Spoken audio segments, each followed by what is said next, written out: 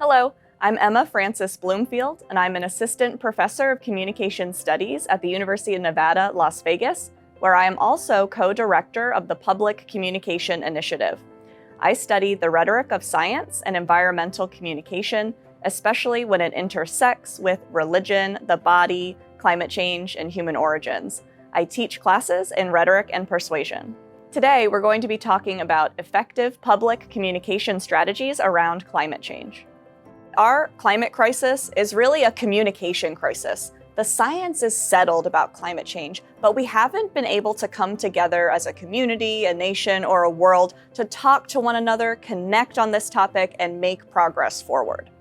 There are a lot of strategies that scientists and really anyone can use to talk to people about climate change.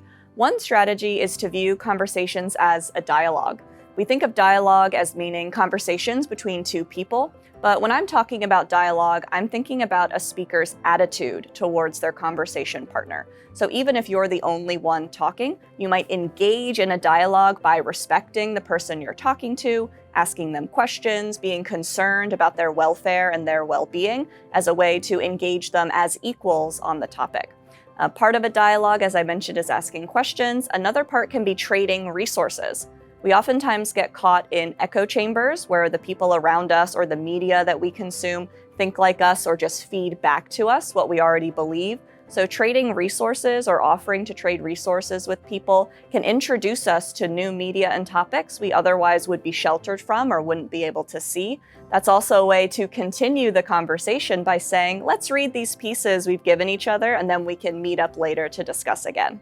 Another strategy you can consider to engage with climate skeptics is to move the conversation into third spaces. So instead of only thinking about we should do something about climate change because of the environment, you can think about how climate change is affecting public health, how it's affecting jobs and the economy, how we can invest in new technology to solve the problem of climate change. You can move the conversation into spaces where people have values and have priorities in conversation with what we can do to help the environment. We can all be interpersonal resources for one another to have conversations about climate change and the environment that are meaningful and important to us.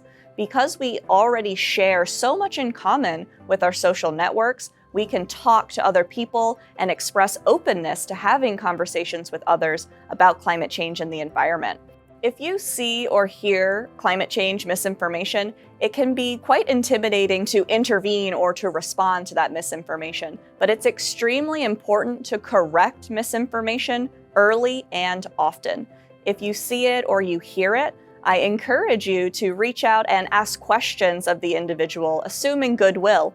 Oh, did you mean to share this information? I don't think that's exactly right. Let me show you some information and resources that I found about this topic.